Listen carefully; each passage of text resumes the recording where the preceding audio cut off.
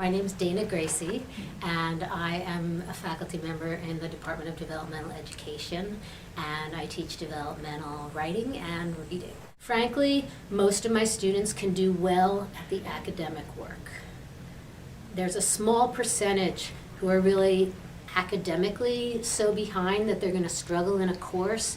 What gets them is falling behind, sometimes not knowing how to do a course and aren't necessarily going to run out and get help.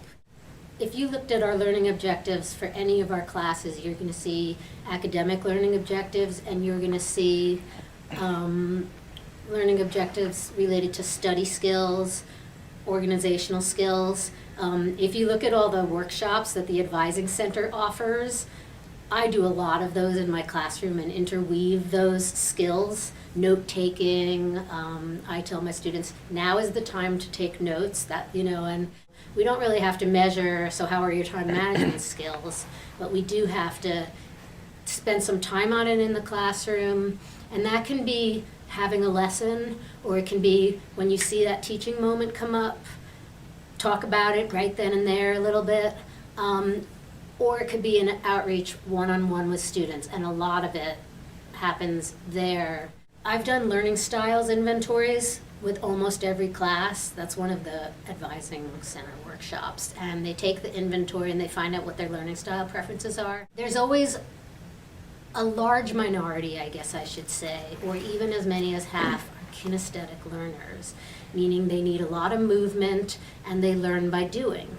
And it's no coincidence that a large majority of kinesthetic learners are falling into the developmental courses, because our educational system is still working towards really getting that going. And if you learn by reading and writing, for instance, you're just ahead of the game. It's hard because there isn't really time. Like in an 070 course, students come to me and some of them have a lot of sentence level skills that they're working out, just as I know they do still in 111. And we can't address all of what they're bringing and address their critical thinking skills, which is really the key thing. Do you want to know exactly what I mean by sentence level, or, Sure. Yeah. Is that helpful? So,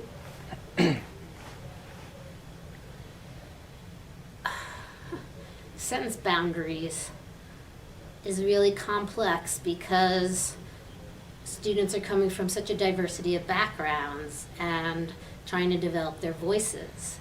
So each one is an individual one-on-one student for where should you be putting your sentence boundaries? Where do you use semicolons? Where do you use periods? Where do you need a comma? In your voice and your background.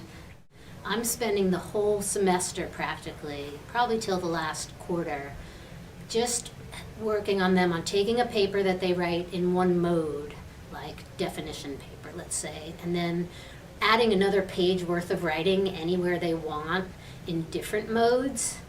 Now that you've written the definition essay, I don't see much narration in here. Why don't you try getting some of that in there, or how about some more description? And then helping them look at each other's papers and see where they could be using those different modes effectively based on the paper that's already there. I think the hardest part there, and this I think is also for English 111, is understanding the size of the steps you need to give students.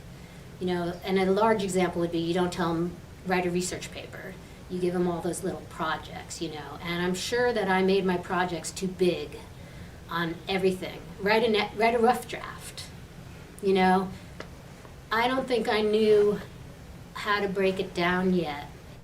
I really do. We have to think about the way we're teaching it, and we have to experiment, and we have to learn from each other.